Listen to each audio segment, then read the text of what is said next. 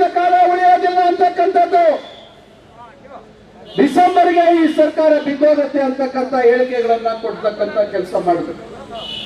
ನಿರಂತರವಾಗಿ ಕುಮಾರಸ್ವಾಮಿ ಅವರು 19 ಶಾಸಕರನ್ನ ಗೆದ್ದ ನಂತರ ತೀವ್ರ ನಿರಾಶೆಗೆ ಗುರಿಯಾಗಿದ್ದಂತವರು ನೇರವಾಗಿ ಹೋಗಿ ಪ್ರಧಾನಮಂತ್ರಿಗಳ ಕಾಲಿಡ್ಕೊಂಡು ನಿಮಗೆ ಶರಣಾಗತನಾಗಿದ್ದೇನೆ, ನಿಮ್ಮ ಜೊತೆ ಅಧಿಕಾರವನ್ನು ಹಂಚ್ಕೊಳ್ತೀವಿ ಅಂತಕ್ಕಂಥ ಹೊಂದಾಣಿಕೆಯನ್ನು ಮಾಡ್ಕೊಳ್ತಕ್ಕಂಥ ಕೆಲಸ ಆಯಿತು.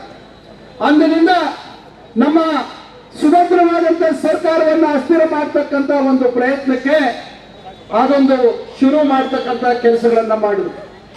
ಇವೆಲ್ಲದರ ಜೊತೆಗೆ ಲೋಕಸಭೆ ಚುನಾವಣೆ ಸಂದರ್ಭದಲ್ಲಿ ಯಾರು ಏನು ಬಿಜೆಪಿ ಮತ್ತು ಜೆಡಿಎಸ್ ನಾಯಕರುಗಳ ಹೇಳಿಕೆ, ಲೋಕಸಭೆ ಚುನಾವಣೆ ನಂತರ ಈ ಸರ್ಕಾರ ಪತನ ಆಗುತ್ತೆ ಅಂತಕ್ಕಂಥ ಹೇಳಿಕೆಗಳನ್ನ ನೀವು ಬಿಜೆಪಿಯ ಮತ್ತು ಜೆಡಿಎಸ್ ನ ಎಲ್ಲಾ ಮಹಾನ್ ನಾಯಕರು ಹೇಳಿರ್ತಕ್ಕಂಥದ್ದು ತಾವು ನೋಡ್ಬೇಕು.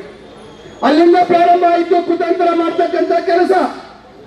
ಇಷ್ಟೊತ್ತಿಗಾಗಲೇ ಪಶ್ಚಿಮ ಬಂಗಾಳದಲ್ಲಿ, ತಮಿಳುನಾಡಿನಲ್ಲಿ, ಕೇರಳ ರಾಜ್ಯಗಳಲ್ಲಿ ರಾಜ್ಯಪಾಲರ ರಾಜಭವನಗಳನ್ನ ತಮ್ಮ ಕೈಗೊಂಬೆಗಳಾಗಿ ಬಳಸಿಕೊಂಡು ಜನರಿಂದ ಬಹುಮತದಿಂದ ಆಯ್ಕೆ ಆಗಿರ್ತಕ್ಕಂಥ ಸರ್ಕಾರಗಳನ್ನ ಅವರು ತೆಗೆದುಕೊಳ್ತಕ್ಕಂಥ ನಿರ್ಣಯಗಳಿಗೆ ಅದಕ್ಕೆಲ್ಲ ಅಡ್ಡಿ ಮಾಡ್ತಕ್ಕಂಥ ಕೆಲಸಗಳನ್ನ ಪ್ರಾರಂಭ ಮಾಡಿದ್ರು.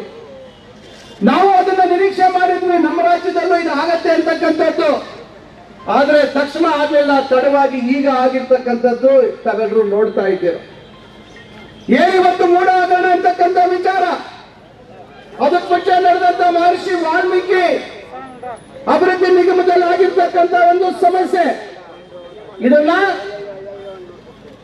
ದಾಳವಾಗಿಟ್ಕೊಂಡು ಸನ್ಮಾನ್ಯ ಮುಖ್ಯಮಂತ್ರಿಗಳ ವಿರುದ್ಧವಾಗಿ ಒಂದು ವ್ಯವಸ್ಥಿತವಾದಂತಹ ಒಂದು ಷಡ್ಯಂತ್ರವನ್ನ ಮಾಡ್ತಕ್ಕಂಥ ಕೆಲಸಗಳನ್ನ ಕೇಂದ್ರದಲ್ಲಿರ್ತಕ್ಕಂಥ ನಾಯಕರು ಬಿಜೆಪಿಯವರು ಮತ್ತು ಜೆಡಿಎಸ್ನವರು ಪ್ರಾರಂಭ ಮಾಡಿರ್ತಕ್ಕಂಥ ಗೊತ್ತಿದೆ.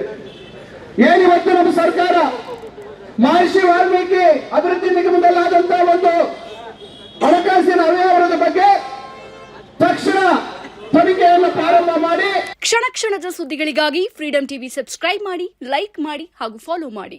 ಹೊಸ ಸುದ್ದಿಗಳ ನೋಟಿಫಿಕೇಶನ್ಗಾಗಿ ಬೆಲ್ ಐಕಾನ್ ಮೇಲೆ ಕ್ಲಿಕ್ ಮಾಡಿ.